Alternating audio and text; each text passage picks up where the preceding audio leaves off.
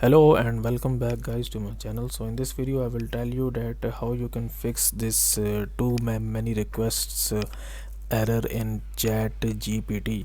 So if your account is not opening and if you are seeing this error or any other kind of error, so there are couple of fixes for this. The first one is you can go into your browser settings and then you will search for cache, and then you have to clear your cookies and your cache, okay.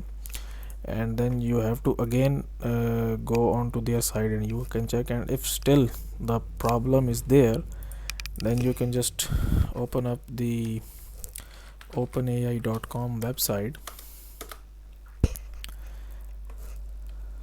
So after opening the website, you don't have to click this link over here.